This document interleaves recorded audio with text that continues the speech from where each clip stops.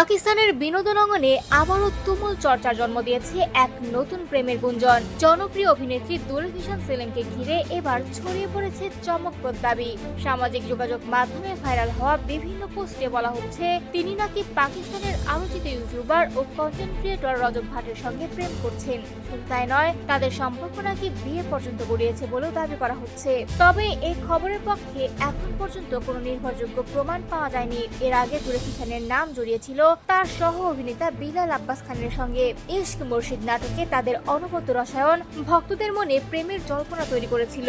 সেই আলোচনা থামার আগেই এবার সামনে এসেছে একেবারে নতুন এই গুঞ্জন। এরই মধ্যে বিষয়টি আরো আলোচনায় আসে দুলফিশানের ব্যক্তিগত মেকআপ আর্টিস্ট জশুয়া আঞ্জুমের একটি মন্তব্য ঘিরে। ভাইরাল হওয়া পোস্টের নিচে তিনি লিখেছেন, এগুলো দেখার আগে আমি কেন অন্ধ আর বধির হয়ে গেলাম না। এটা আমার শোনা সবচেয়ে বাজে খবর।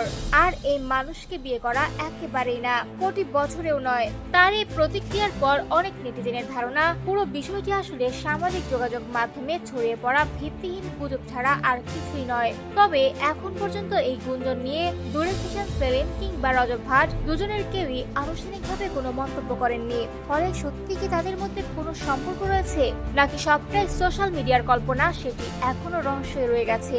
উল্লেখ্য, 2020 সালে দিলরুবা নাটকের মাধ্যমে অভিনয় জগতে যাত্রা শুরু করেন দুলফিশান সেলিম। এরপর ক্যাসি তেরি খুদ গার্জি, ইশক মুর্শিদ এবং সানওয়াল ইয়ার প্রিয়ার মতো জনপ্রিয় নাটকে অভিনয় করে তিনি দর্শকদের হৃদয়ে শক্ত অবস্থান তৈরি করেছেন।